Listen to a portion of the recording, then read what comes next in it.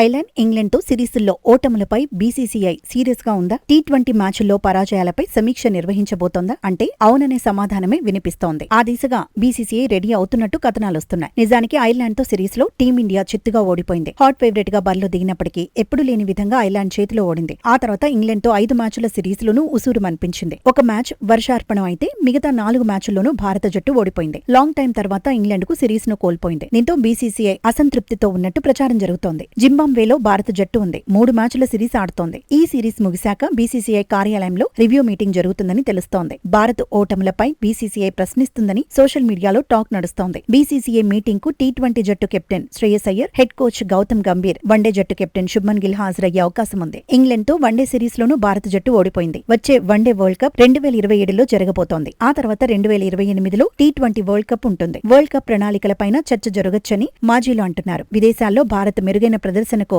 ఏం చేయాలన్న దానిపైన బీసీసీఐ మాట్లాడే అవకాశాలున్నాయంటున్నారు.